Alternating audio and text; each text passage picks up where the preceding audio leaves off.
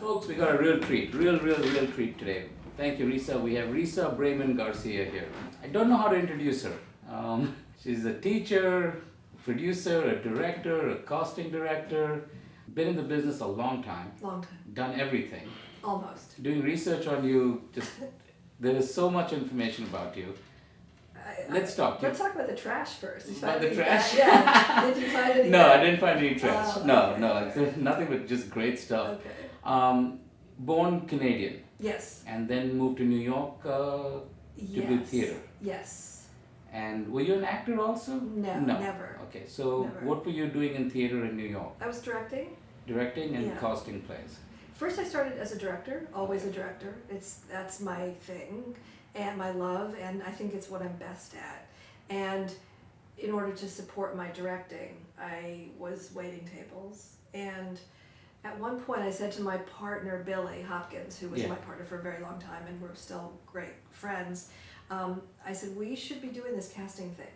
We should be making money at it because we were already doing it. We were involved with Ensemble Studio Theater in New York, which is really my artistic home and the Did core. you start that or you just got involved? No, It I was just got established. involved there. I was living in a house with a bunch of performers and Broadway professionals in Weehawken, New Jersey, Okay. when I first came from Canada. And this one guy named Chapman Roberts said to me, "There's a place I need to take you. There's a guy you need to know." And he brought me to Ensemble Studio Theater and he introduced me to Kurt Dempster and he said, "Do something with her. She's tenacious did and you talented." And Always so, know you wanted to go into the entertainment business, but not as an actor. pretty much. I mean, in high school, I directed the high school Sure. play. So, I mean, and it seems kind of like, but that was the beginning for me because I found my tribe and I learned at a very early age that this was the world I wanted to be in, and this is what I wanted to do. I wanted to direct. So then you started directing plays at the Ensemble Theater over there, Yeah. casting some of the plays. Well, yeah, Billy and I were casting them anyway. Okay. We were just there was nobody doing that, so we started doing that. And then there were people around New York who would come to us for new talent, and we would make lists for them, and we didn't know any better. And I was also working at my day job after enough nights doing waiting tables and waiting tables and waiting tables.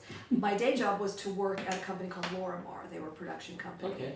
They had produced Dallas and all that stuff. And I was working for a woman as her assistant, and I got to know through her a couple of very, very big casting directors in New York, Gretchen Rennell and Juliet Taylor. Okay. And Gretchen and Juliet, used Billy and me and Ensemble Studio Theater as a resource for new talent. So when a movie called Desperately Seeking Susan came along, That's what I was just checking. they turned it down, as did Ellen Chenoweth, who knew Billy and myself also from EST. And they recommended us for the job. I couldn't So imagine they why. recommended you to Yeah. cast this movie. Yeah. So you made the leap from one act plays, theater, ensemble theater in New York to casting a pretty big movie. Well, it wasn't at the time. It wasn't. It turned out to be a big movie. Yeah. So it wasn't a big deal when you cast. It was a that big deal movie to get the job. To get the job. I think, for us, but it wasn't, we just did what we knew how to do, which was put really good actors in a show.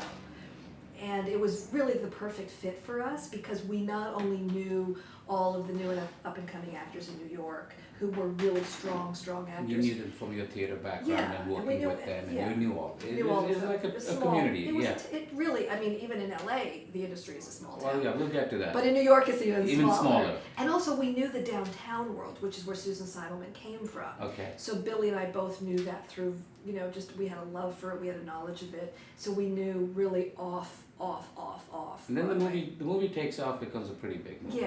Yeah. And you start casting other movies, or Yeah. you're still in New York at this time. Still in New York, still directing plays. So Plays. directing plays and casting movies. Okay. That became our life, And then what makes you do the switch to come to Los Angeles?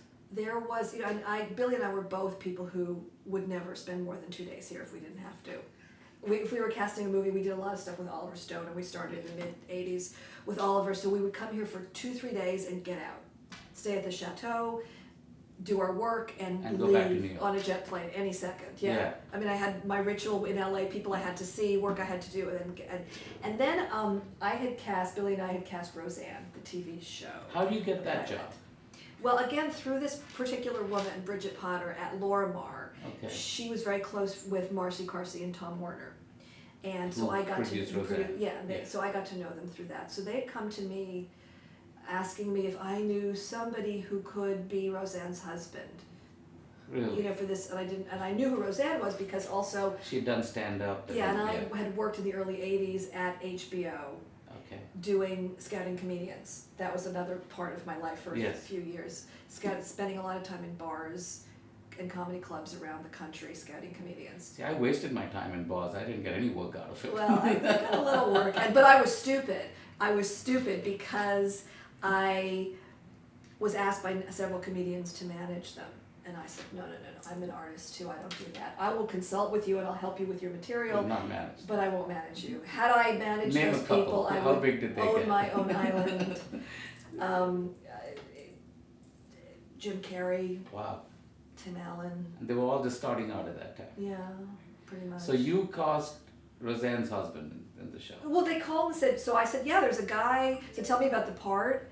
And I talked to them, they told me about the role, and I said, there's a guy named John Goodman who at the time was doing a play at the South Coast Reps. I said, go down there and see him, and they did, they fell in love with him. And then they called and said, well, do you want to cast a show? And I said, well, I don't do TV. Why would I do that? I was In so those days, you were snooty. still movie and movie Yeah, I people was- didn't do TV back in No, those days. we did not. Yes. It was very snobby. And we were doing Lincoln Center. Billy was casting at Lincoln Center, so we moved our offices to Lincoln Center. So we were very snooty, we directed plays, we cast at Lincoln Center and in theater, and we cast movies, and we had no interest in. No, TV's where actors went to die. That's right. That's right. Yeah. That's right. But this is interesting. So we cast Roseanne, which was a very easy gig for us. We did it in like a few weeks, and came to LA again, 2 days, 3 days, and then out. Even though it was all happening here, and then later on, the Carsey Werner people came to me to talk to me about doing an ensemble show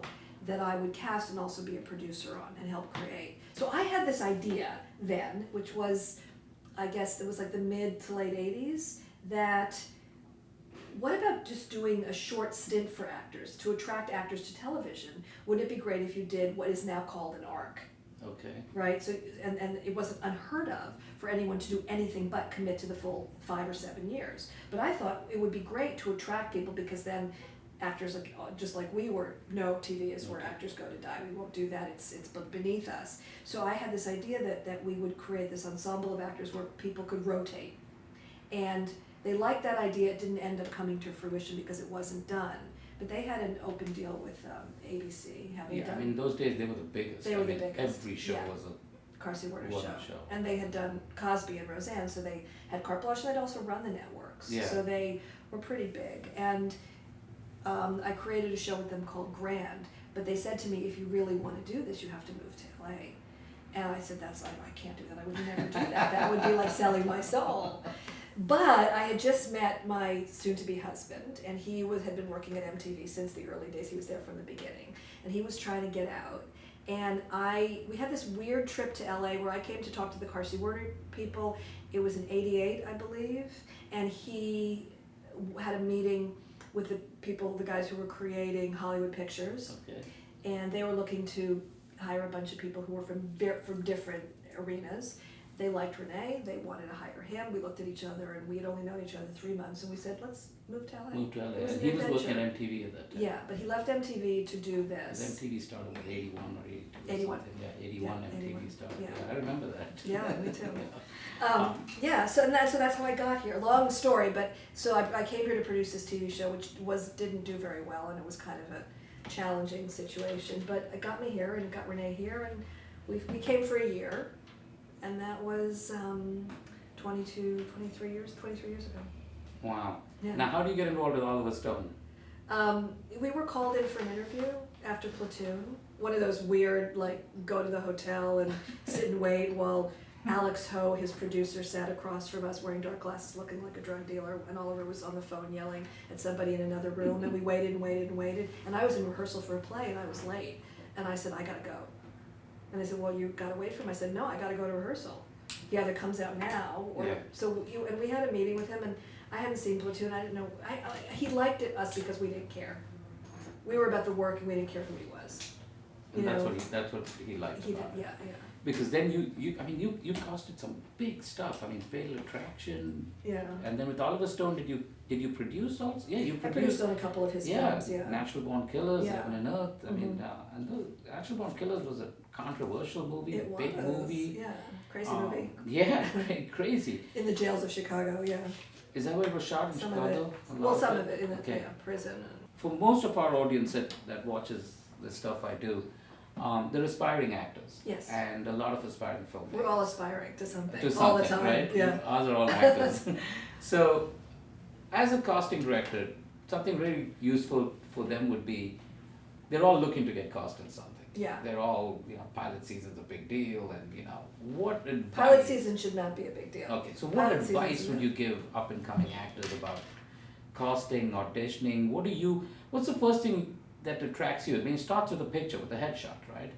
It does, but as you know better than anybody, there is no such thing as a hard copy headshot anymore. Not anymore, I know. I mean, I still ask for them, I still collect them, and I was the last person to stop doing, that I know of, to stop doing hard copy Okay. headshot collection. And turning to the online little tiny picture is frustrating because you don't, I need the thing, the page And there's in a front of me. 100 little thumbnails On one online. page, yeah, and I mean, I was doing it last night and you go bleary, there are 9, also what it's done, this is an interesting diversion, but actors should know this, that agents are not as careful in the submission process. Oh, I was getting to agents and managers Yeah, too. but it used to be where people were careful about it. They'd read your breakdown, you'd have a conversation on the phone, you would talk about it, they would send over, very carefully select the pictures. Between the agents and the managers Yeah. and producers and all that, and then And- they would send people that they represented. Right, and now it's just, they'll just put as many people as they have online, or they'll have an assistant do it. Yeah. So if anybody's in the range of the role, right, you'll get sometimes 45 submissions for one role from one agent. From one agent? Yes, and we just actually sent out an email to all of the agents saying, if you submit more than 5 people for any given role, we will not see your clients. We will not, because I don't know how to process that many people. So what happens is you put out a breakdown for 5 roles, and each role you get like 1,500 submissions. Yeah, For yeah. a small role, 1 scene, 2 lines, because people are not being careful. And so how do you go through all of that? How do you How as process a that? costume director do you weed that out? You go for, this is an interesting thing, and this is part of the problem I realized. First of all, you go for people you know. First You thing, go for people you've you already seen, know. you're familiar But when with. you also go for cast them. people you've seen, and that's why people wonder, why is that guy on TV All over the and time, over and over? yes. Because a casting director or an assistant, because we're an associate and sometimes it's delegated to them, will go through breakdown and will start to, we'll just go for, oh, I know that guy, I saw that guy, oh, I saw that guy last night on that show. And they'll just pick, let's say if they're going through 900 pictures, they'll pick the 50 people they've seen on TV recently. It's like advertising, right? You keep seeing the same billboard, you keep buying the same product. And so you don't really see new people. So how does a young unknown actor get seen? Okay, well it's an interesting question. One thing is you do good work all around town, however and however often you can. Anywhere it is, whether Anywhere. it's theater or it's your own little You've short, got your own monologue. exactly. You've got to self-produce for one thing, and now it can be done. Yeah. It's something I wish I'd had when I was in my 20s, because you can produce your own stuff and you can produce good stuff, and you should spend your time doing that instead of wandering around LA wondering what you're supposed to be doing. You've got to self-generate So material. you self-generate material. Yeah. Where do you show this that there's a chance casting directors or agents would see it? You put it on Facebook. You tweet it. You have put it on Vimeo. You have your own YouTube channel. Okay. Right. You promote it, and if it's good, you have parties and you invite your friends. Right. You send it to every festival in the world. And if you do good work will be seen. Get recognized. It will get recognized. It's just what it is. And that's been the case for me my entire life. Everything I've done where I've been successful, I've created myself. Nobody's gonna, find you out of nowhere. The reason why people called us in New York to cast Desperately Seeking Susan is they knew that we were already in our own comfortable arena casting and producing. And you knew a lot of We knew actors. everybody, and we also produced the plays, and we produced the one-act festivals, and so they knew that we were responsible and that we were proactive and that we knew how to, make the work happen, as well as we had the taste and the I'll come back to, since you mentioned self-produced, making your own stuff and self-producing stuff. I've interviewed a bunch of people here who, it's amazing their dedication to making their own independent films. I mean, in fact, one was Matthew Lillard, who I think you casted in SLC Punk, right? Yeah. And he made his own movie, Yeah. Fat Kid Rules the World, and we interviewed him. And he enjoyed the process, and they're shooting these movies in 12 and 13 days now. The principal photography. Yeah. You know? I mean, you have to be scrappy. You have to know what you're doing. At the end of the day, look, you've got to have great material, which you can create yourself. I mean, for me, coming from the theater, there is a sense of finding great writers and creating your own stuff, or writing your own work. So do your own scene, even if it's not a paid scene or a hired job. Do your own stuff. Absolutely. Put it out there. Show your talents. Yeah. Yeah. And for some actors that feels overwhelming because there are many ways to do it. Here's an interesting story. There's a guy I know who I've known for years and years, and he said to me, "Will you watch this thing that I created?" And I was sort of, "Oh my God, really?" So, but I'd known him forever, and I thought, well, sure, yeah, all right. But what he did was really, really interesting. He wrote monologues for himself that he shot at a bar. So, he's a guy from the Northeast, Irish guy, and he wrote monologues for himself, different characters, where he just talked to somebody off camera, and he told stories of his life as a fireman, his life as a guy living in a small town on unemployment, as his life as a petty criminal. Like, how long were these monologues? A minute, 2 minutes? 2 minutes, 3 minutes. That's it. Yeah, but they were amazing. And you were reluctant to see this stuff, and then you looked at it. I mean, I do watch it, that kind of material. When you were nice enough to invite me to be on your panel on 99 Actors, and I watched a lot of the casting directors who were there talking on their panel. Is it true they said they really do watch just about everything that's submitted to them, or an associate watches it? I think at least 50% of the material is watched. They don't want to miss the next big talent. But you don't, that's right. You want to be the person, and that's the truth of it. It was Steve Braun, my partner at the studio, and I just wrote a piece about that it's called How to Get an Agent, and the truth is, agents and managers do want to be the one to discover the next, whoever he is or she is. And so they will keep an eye on it. And also word gets out, things go viral really quickly. Quickly now. And self-taping auditions, that's becoming more and more popular, where casting directors are asking for that first audition to be self-taped. Sometimes, and I think it's a way of the future. You guys did it on Oliver Stone's movie, right? You were sending videotapes back and forth. All the time. All the time. Yeah. And we were asking people to self-tape wherever they were around the country, because we were always researching the real world of those people. So we started doing that then with our big VH cameras on our shoulders. So in the self-tape world... VHS, what do you call it? Yeah, beta, VHS. VHS, yeah. In the self-tape world, I mean, quality has to be premium for you to sit through and watch that audition. Yeah, it has it should be lit nice, and the sound should be good. Yeah, and I think that's a mistake that a lot of people make, although I've seen some great stuff lately. People are getting savvy about it. They're getting better about it, yeah. Because we've seen an increase in business on the self-taping stuff, people coming in to tape their auditions here. Agents, managers, still as relevant, still as important for an actor but who's starting out. It's not the be-all, end-all. I mean, people feel like when I have an agent and a manager, my career will change.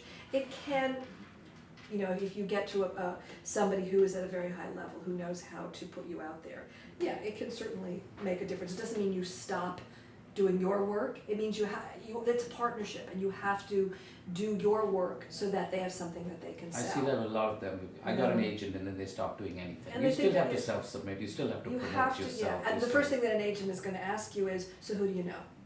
Really? Yeah, and so then you have to know people and say, well, these are where my relationships are. There's a different paradigm right now where there is more access to casting directors than there used to be. The triangle used to be that the casting director was up here, and the agent manager was here, and the actor, was here. And now it's kind of an equal triangle where there's the casting director, the manager and agent, and the actor. And agent manager. I mean, there's so many of the same. There's so many managers out there. Having one or both, it's great to have both, but it's not necessary.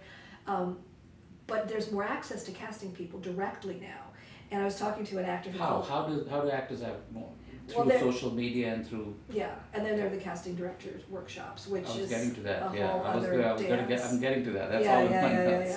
But I was talking to an actor yesterday who called me out of nowhere, Letty Von Dolan, a wonderful actor I've known for years, and he just said, you know what, I'm just being proactive, I'm calling people that I know, and I happen to be in the office and available to talk, and we had a wonderful conversation, and I said, and this is one of those great stories, I said, oh my God, I'm reading this thing here, you wanna come in for an audition? And he said, I Wow. would love to, and I said, we're gonna send you 2 parts, come in for both, or either pick it. And if he hadn't called you, you would not have thought of I that. wouldn't have, he wasn't even submitted by his agent, for whatever reason, and his agents are great.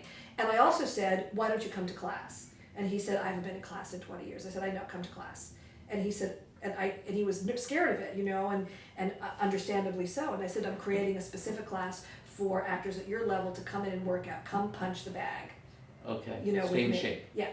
And so we reconnected, and it was great. And he said something about, I don't, you know, sometimes you feel like you can't do that. You can't pick up the phone.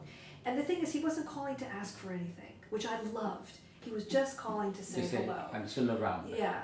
And we had a great talk, and I said to him, I said, I want you to know something. I said, you need to remember who you are and who you were, and that you are one of the great actors of your generation, and that really counts for something. And even though you feel like the phone isn't ringing and people aren't, you know, pursuing you, and I have to go through, I do this all the time. I feel that way all the time myself, and I have to be reminded, and I was reminding him, just like I have to remind myself, that take your rightful seat at the back of the room, you know, where you can be an elder and you can say, I've been here, I've done that, I've done great work, and it counts for something, and I need to remember it, and people will remember that. And he said, oh my God, he said, I'm so glad I picked up the phone, you made my day. And I said, you made my day. Did he get the job? Well, he hasn't come in yet. He hasn't come in yet. And it doesn't matter. It doesn't matter. It doesn't matter. But what matters is that he made the effort, he made that connection. And yeah, he's got good agents, but they weren't in the middle anymore. And I think that there's this idea that the agent is the conduit to the casting people and to directors and producers, and that's not the case. It doesn't have to be the case.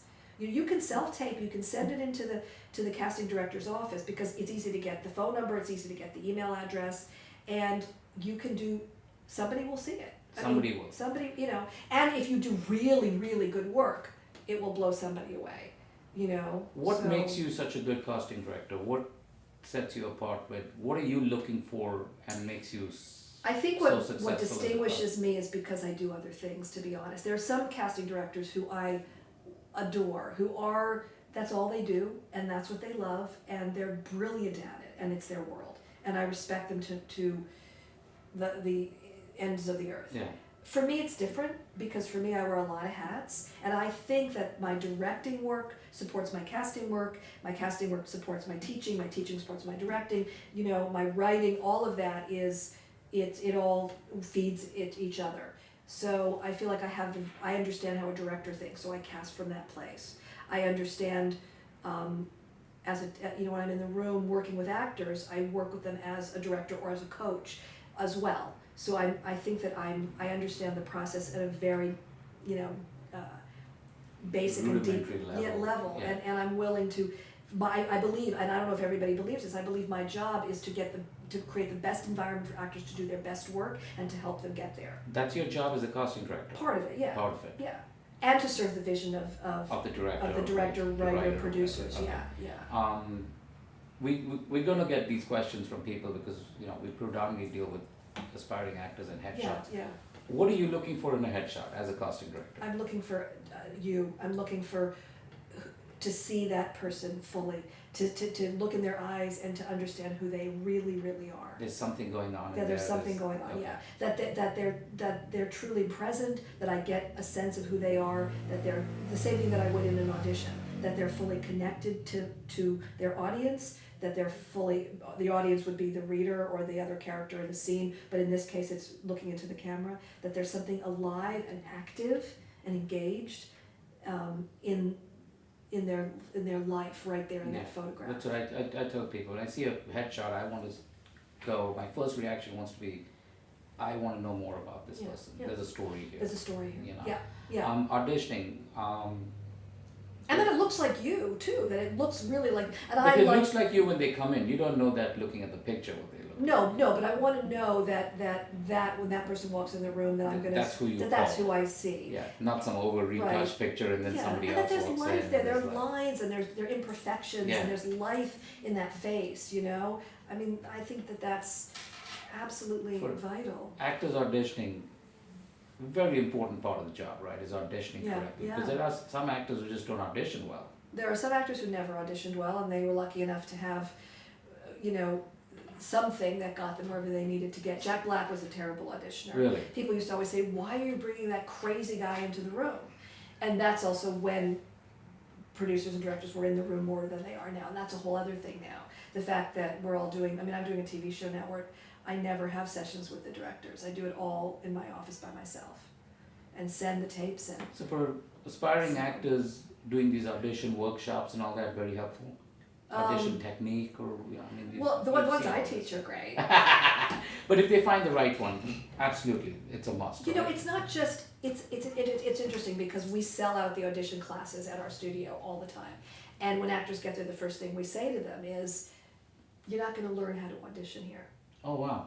Because there's no, it's a practice. It's who you are and it's what you do. There is a process to it and there is a technique to it, Yeah. but it has to do with constant practice. And that's what I believe is, as for all young actors, my main piece of advice for any actor, whether it's Letty Von Dolen calling me saying he hasn't been in class in 20 years, or an actor who just literally got off the bus and came out of high school and hasn't even studied go to class, do theater, create your own work, those three things. Because you're going to constantly be in practice as an artist, as an actor, as a creator. And if you're doing that, that will come through. And if you're doing that, it will keep you happy as an actor. It will keep you alive and active as an artist. And it will present you when you do go into audition in a way where it's all part of the same day, So you're acting here and you're in rehearsal for a play and you go in for an audition and then you go to class. You're keeping your skills sharp. So when you do get an audition, it's not like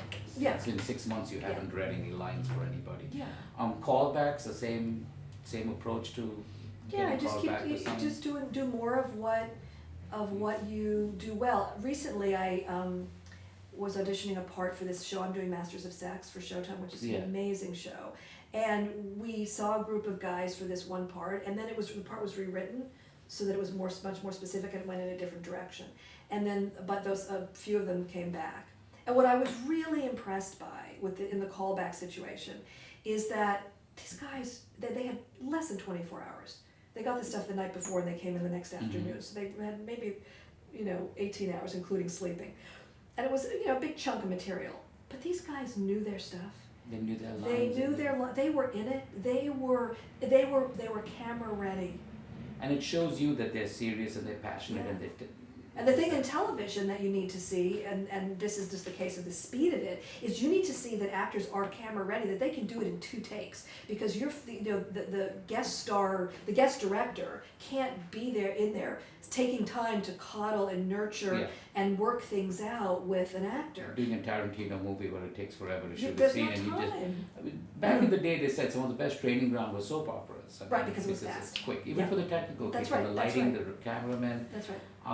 And actors come to me all the time and say from theater, oh, well, it's so I have 6 weeks, I have 4 weeks, I have 3 weeks, I have 8 weeks, and we have time to process it. And you need to learn how to do this for film and television fast. Not only auditioning, but getting to work. You get on that set, you get that job, and you're the guest guy or the co-star guy, and you show up and you get there at 8 in the morning and you are in makeup and hair and you're sitting on set at 10 and you get to work at like 9 then that night later, and they say, you get 1 take, 1 close-up and 1 master, and we got to wrap or else we're going into overtime, and you got to deliver, and you're up there working with a level of people who are incredibly high. So it's not just I hear that all the time. I'm great when I get the job. Well, you know what? That's not quite that easy, right? You don't cost commercials, right? Just TV. I did a couple when I was in New York, and then I turned I worked with a couple of really wonderful photographer directors on a couple things, and then I turned my business over to Bernie Telsey, who is my current New York partner, and said, here, you take these clients, see if you can do something with it, and he turned it into this huge commercial business, and I love commercials, and I know some great casting people in LA who do commercials. That's a different thing. It's a whole different it's thing, a whole right? different It's more thing. a look and a... Yeah, it's a feel. It's just my daughter goes in for commercials, and it trying to. I'm the worst Stage mom. Stage mom. I hate it. I don't like I don't like waiting in the hall. I don't like the lineup. I don't like the whole process. But a couple people I know do it well, and I don't have the patience for it. I don't think I could do that. You know. Actors training. I mean, if you go online or go through Backstage or one of these Right. places, there's hundreds and hundreds of Yeah. acting teachers, coaches, Yeah, studios. it's true, especially in this town. How does a starting off actor find a good, Just know come they to found? us. Just come to me. Just come to you. Yeah. Other than that, you're booked and you're No, solidly I'm not. booked. Just So. come to me. Because I would say come to me even if we don't have room, because I would recommend some of the better teachers in town other than myself. So contact you, ask your opinion. Yeah. Audition classes. You know, I find that there's some fantastic teachers and schools in LA, but there are a lot of people who are getting training that makes no sense to me, and I don't understand it. And I wrote my first letter to the editor of the LA Times yesterday based on an article that was in the LA Times on the Sunday paper, Yes. which was about these workshops where the actors go to figure out what their type is. Yeah. I was livid. I was livid. You need an identity. You need to know who you are in the industry. You need to know what your place is. As a business, from what Yeah. you're doing, as an actor. But I think it's the same thing. I think you need to know, who you are and what you do that's good. that what you do well, what you do that's specific. I mean, I've heard to be typecast is not a bad thing. It means that people know who you are and they know what to do with you. And then you're going to be Philip Seymour Hoffman for a while doing one kind of role, and then people are going to say, wow, you're brilliantly talented.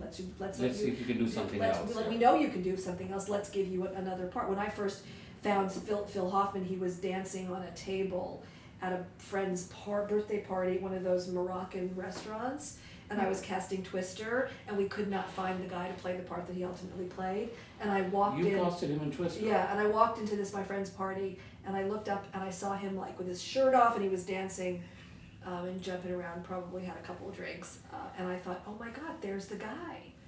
So you never know where you're going to find the next actor. And that's my favorite kind of stuff. Yeah. I love those moments, and I think that's why I'm also good at what I do as a casting director, because I always know how to have my antenna up and to see it and find it wherever it happens. And when it does. Did you approach him and ask him to come? Yeah.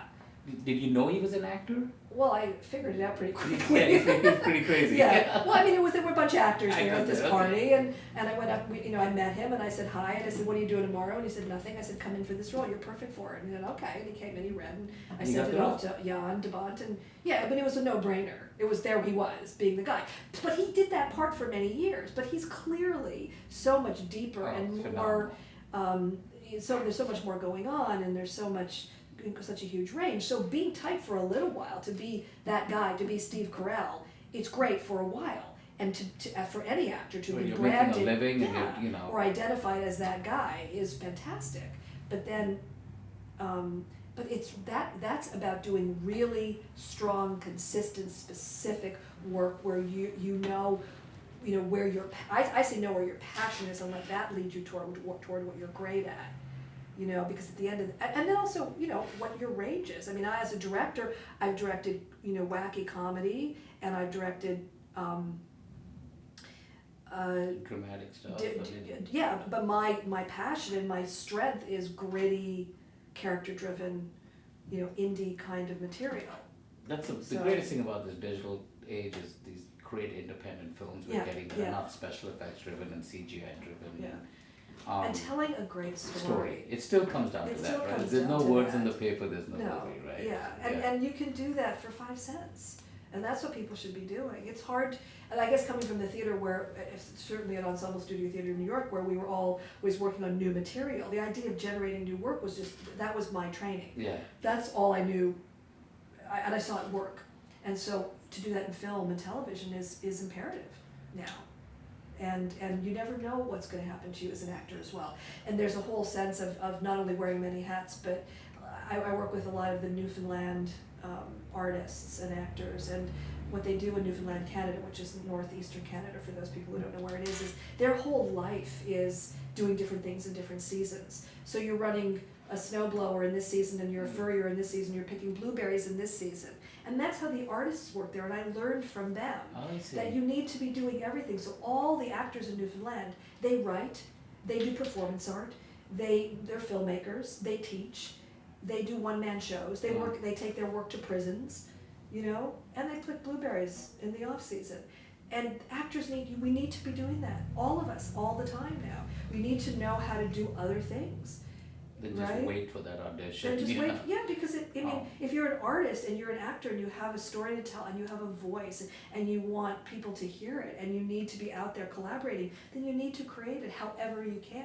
And you never know what's going to happen. Look how many actors have become great directors and great writers and filmmakers. You know, it just comes to mind recently. Yeah, you know. Pete Berg. You worked with him in something a long time ago. I did. I directed him in 200 Cigarettes. It wasn't that long ago. Wasn't that long ago? No. Okay. It was actually 15 years, I think. Okay. Yeah, but yeah. It's interesting. You've become such a big and well-known acting coach and teacher, and you were never an actor. No.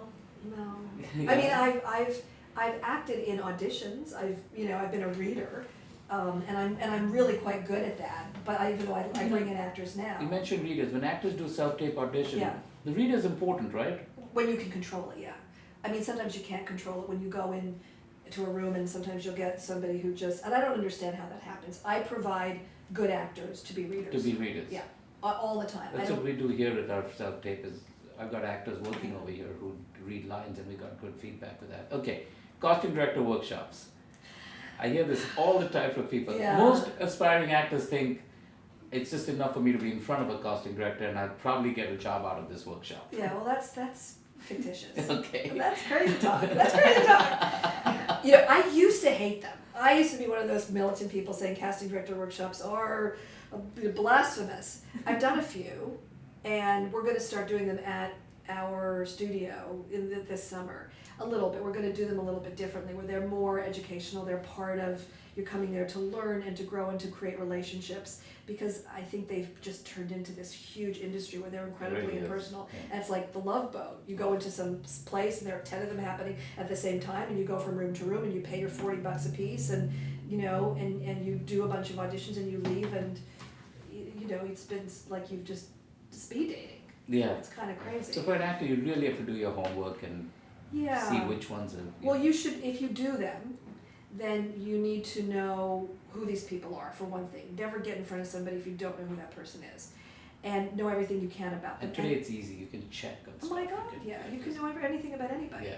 And you also need to know what they're doing, and if you're right for if you're in their world, I mean, some people do, and don't do hundreds of them, some people do them, 80 a year. Oh, yeah, it's crazy. yeah. But the main thing is, when you walk into that room, your work needs to be excellent.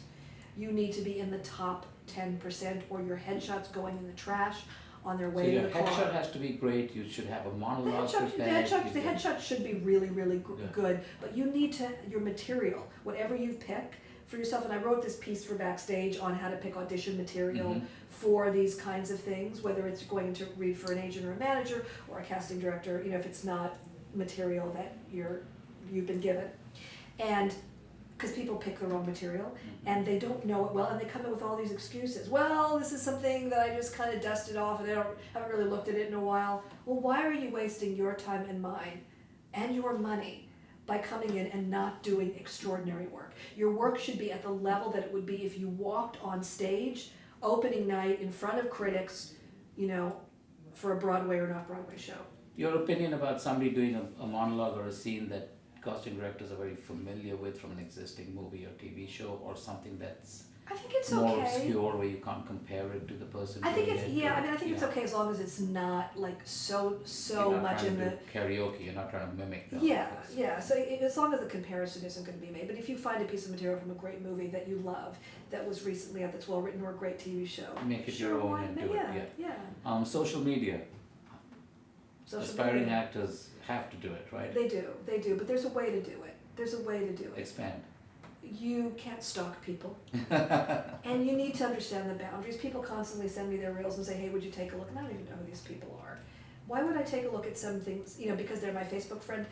I have 4,900, whatever the limit is, Facebook friends, and I don't, I've friended people for whatever reasons. It doesn't mean that I have the time or the ability to sit and watch everybody's head, reel or they pitch themselves. I think there are other ways to engage. One way is to find out what a particular casting director or agent is interested in, what their causes are, what their passions are, and engage on that level. So you become part of their community. And you share things that they think that they might like, not on necessarily a personal level. You don't want to necessarily comment on their kids' birthday party photos or whatever, but find out. Everyone's got a love or a passion or a cause or a commitment. Animal rights abuse, whatever. Yeah, or even I'm very interested in, and I'm doing this kind of work with actors, and I'm excited about some workshops that are coming up that are about this. About this self growth. And about really looking into your heart and your soul and your psyche and getting into the depth of who you are as a person and working on yourself. Mm-hmm. And I'm interested in that kind of healing and growth and when people share that kind of stuff with me, I'm interested in them and who they are and what they care about. And doing it in a careful, considered way, not necessarily every 5 minutes. Throw some stuff out there. And I don't like it when people post on my page something advertising their work. Yeah, It's like, we this see is it on my- our page all the time. This is my, but on my personal page, it's like, this is my page, and you don't promote your stuff there. Yeah, I want to know when you're doing things and your solo work and all that. Sure, invite me to all that, and Do you go when people invite you? sometimes I do. And sometimes there's an awareness, so-and-so's doing a solo show. And once I see that happen a few times, I'll say, okay, that's interesting. And their name, again, it's like advertising. If That you person's recognize name it. is in my head. Then I go on to breakdown and I see, oh, that person, I just heard she was, Because we do postcards for people. They'll get booked as a co-star on, Yeah, I'm not a postcard person. and they'll send out, see me on, this show, CSI, whatever, at Right. 9:00. Effective, not effective? I get emails about that and it, Email's better, it depends who you are. who you are. Some people love postcards. But Some it doesn't people hurt hate sending them postcards. out though. It doesn't hurt doesn't saying hurt. I'm on this show. Again, as long as you don't have expectations of, okay, I'm going to send a postcard out saying that I'm on the show. I sent out 1,000 postcards or 500 postcards. Nobody called me in for anything. I'm a loser. Yeah. I mean, don't, it doesn't mean anything. Have you watched a show because somebody's told you they're on the show? You Sure, have? yeah, absolutely, because I TiVo everything. And casting directors go to plays and go to small theater if actors Absolutely. let you know they're there. When Absolutely. you have time, you Yeah, can do that. and if the work is good, again, the work is good, it gets well reviewed, people hear about it. I would go to see stuff at the Rogue Machine Theater because they do really good work, I know I'm gonna see great stuff there. I'd go to my own theater company that I started in LA, Ensemble Studio Theater LA, see good work there. So the reputation of the theater company is really important It because is. you know this Yeah. theater puts on this kind of work and Right, and do and good readings, wherever you can, do readings What of do you plays. mean readings? People are always doing readings of new work. No, get involved with a theater company in Los Angeles. Find out where they are and get involved. And it may mean, for the first year you may be an usher and you may be reading tiny parts in their readings and you may be working the box office. But you know what? You're still among these You're people that's, and you're part we all of it. did that. My first job at Ensemble Studio Theater in New York was to sleep in the lobby with a baseball bat. Really? Yeah, because for security. You were the heavy. I was the heavy. That's, Okay, I did that. Okay, I cleaned the cool. toilets. Yeah. It was fine. yeah. I still clean the toilets at my own office. Before we wrap up, a couple of things. I want to get to your new acting studio. Yeah. We'll talk about that. But on a personal level, casting stuff, any castings that were disastrously wrong? That I've No. cast people that were disastrous. Uh-huh. Second guessed on who you did? Any huge surprises on somebody you casted? Yeah, there are always surprises. There are always surprises. I don't remember. I don't think about the mistakes that often because there certainly are. But there are. There are many. Yeah. I mean, the worst mistakes I've made, I think, are for things I've directed myself, and I recast certain things I've directed in the shower constantly. It's sort of this weird ritual. You're always second guessing. I get casted in this there. person. Yeah. If only it had been somebody else. I do that often. as a director, as a casting director, I let it go. It's done, it's Because over. it's not, I don't have the same, emotional connection to it. But there are, when we did Desperately Seeking Susan, and we all came to Madonna, Susan Seidelman and Billy Was that her Maisel at the first same movie? time. Yeah. Yeah. And we'd heard about her through some friends downtown, and Susan Seidelman had heard about her, and there was a lot of curiosity. And Billy and I were very concerned because we wanted a real actress in this part. And Susan wasn't as concerned, she didn't care. She said, well, but she is the part, so what's the big deal? And we were, again, ours was our first casting job, but we thought we had to stand up and fight for the real actress. And then we decided with the producers of the movie that the best thing was to surround her with great actors, so that she had to come up to their level, and she knew that about herself as well. But it was me who forced her to screen test. They would have, interestingly enough, and at that time, the studio, they didn't have the same access that they have now to auditions online, where everybody has an opinion at the Would studio. you have just put her in there without the screen test? Yeah. And nobody knew who she was still. She was still sort of up and coming. No videos had come out. Nobody knew really who she was. I mean, she had a life in New York, in the clubs, but people didn't really know who she was. And so it was sort of between her and Ellen Barkin. And I wasn't sure who could do it, but when I saw the screen test, I realized that she was the part, and that she did hold the screen, and that there was no actress who could really do that. As a casting director, have you fought to get somebody in a role? Many times, yeah. Many times. That's your job as a casting director too, is when you're working To with a the producers and the point, directors. I mean, I don't going- fight like I used to. I have other ways of making it happen. I've gotten a little more savvy about how to do that. But when we did Speed, Sandy Bullock didn't want to do the part. The studio did not want her. It was like absolutely not. She'd done Really? a movie for them called Love Potion No. 9 that was a disaster, and they blamed her. And they said, there's no way she's going to end up in this movie. And her manager, her agent at the time said, there's no way she's going to end up in this movie. And I fought everybody to get her in that movie. I mean, everybody. You got her in that movie. Yeah, I just knew that it had to be.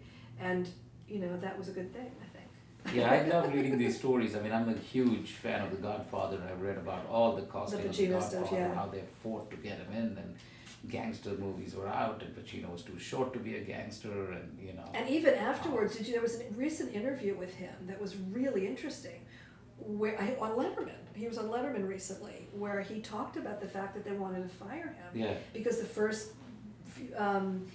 few weeks or the first few days of dailies, he was doing nothing, and they were really worried that he was kind of dead on camera. Look what happened. But he knew that was the beginning of the character, that this was a character who was dead, and obviously he wasn't dead. There was a lot going on, but they were scared, and they wanted to get rid of him.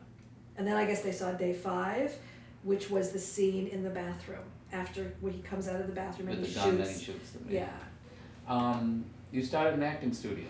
Yes, with we did. Steve. Yes. And that was recently, about a year ago. Yes. So, No, right? no, 6 months ago. 6 months ago. Yeah. Was it that recent? Yeah.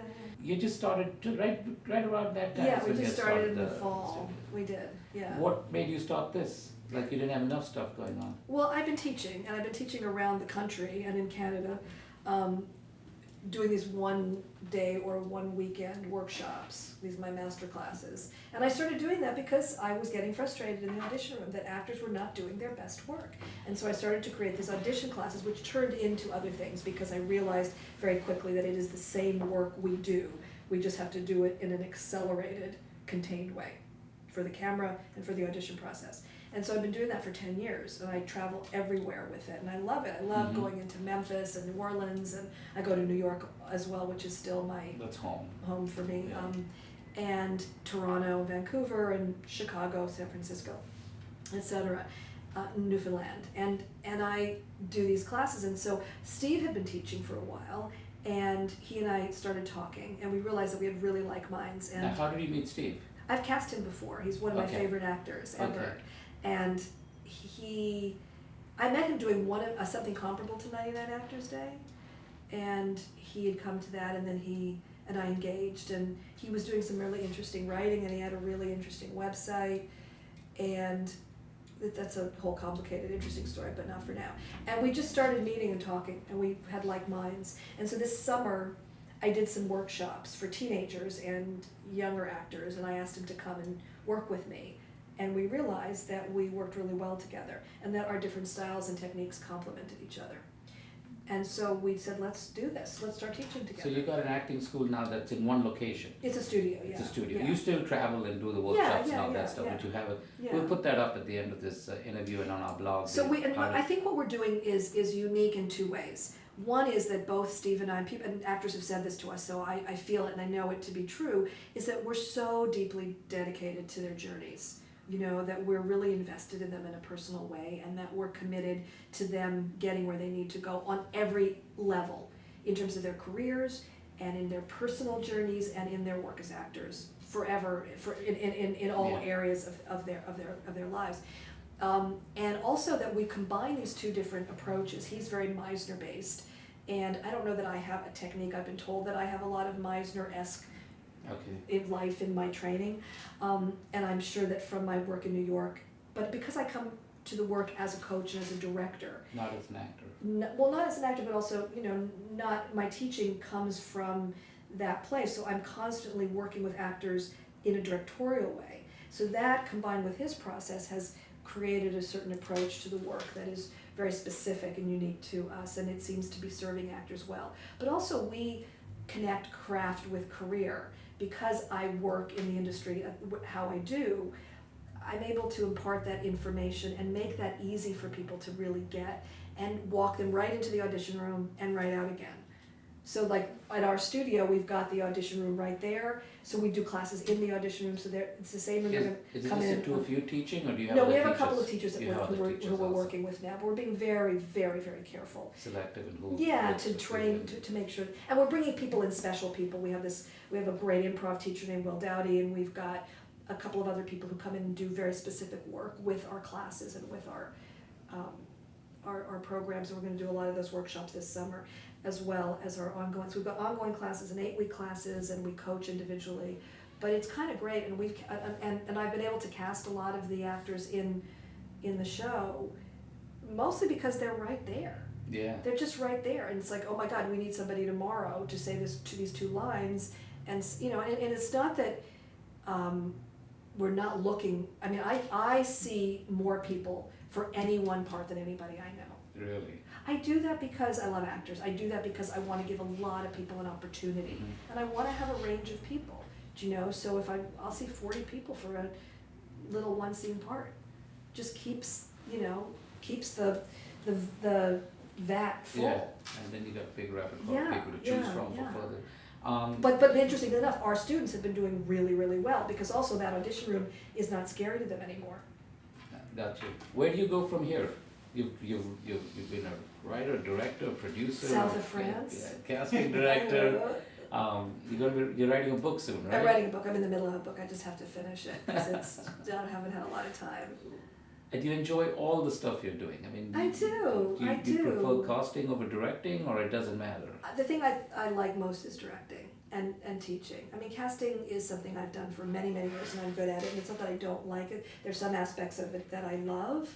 I don't love the fact that it is so deeply technologically based right now. The casting is? Yeah, that you're on the friggin' computer all the time. Oh, as a casting director, Yeah. you're not forced to meet people and see people and You go out have and- that part of it, Yeah. but you're looking at pictures on a computer. on a all the computer. time. You are uploading videos. You're down. I mean, other people in my office will do that download. But then you watch that. You have to select the takes, and you've got to send the takes, the links. That it's all you're dealing with your contact with agents and managers and your producers and your writers, and It's it's all all online. online. You don't have conversations anymore. You're not in a room with people anymore. It is Those 3 all martini lunches to cast somebody are gone. gone. What a shame. Yeah, yeah. You sit there and have a martini in front of the computer. Yeah. By yourself, and eat your lunch there, and it's awful. So that to me is the part I don't like. So directing, you're with people, you're doing something. Yeah, and teaching too. I mean, for me, it's rolling up my sleeves and doing the work, and that's what I say to any new actor, young actor, struggling actor, aspiring actor. Do the work. I get emails and tweets from people saying, "I want to be an actor. What do I do?" I say, "Go to class, do a play." You read Create my something. mind. I was going to go in closing. What advice would you give actors? And you just did. You Do said, the work. Do the work. Do the work. stay It's in all the about the business, work. stay in Yeah. practice, keep your tools sharp. Absolutely. Risa, thank you so much. You're What a pleasure. welcome. Folks, we'll put up her information. Google her and make sure you got a whole bottle of wine because there is a ton of information on Risa out there. What a pleasure. Thank Absolutely. you. Thank you I'm so much happy for to be coming here. in. Yeah. Thanks. Okay.